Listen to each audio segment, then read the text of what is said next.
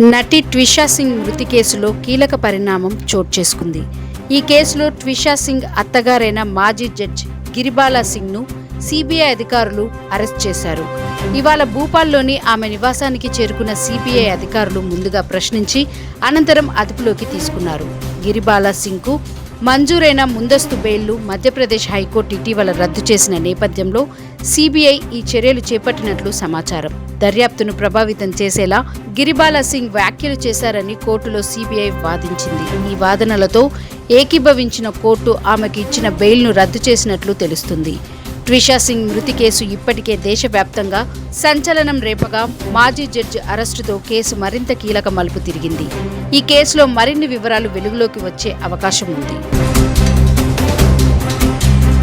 Thank you for watching Kasba news channel. నిరంతర వార్తల కోసం ఛానల్ని సబ్స్క్రైబ్ చేసుకుని పక్కనే ఉన్న బెల్ ఐకాన్ని క్లిక్ చేయండి.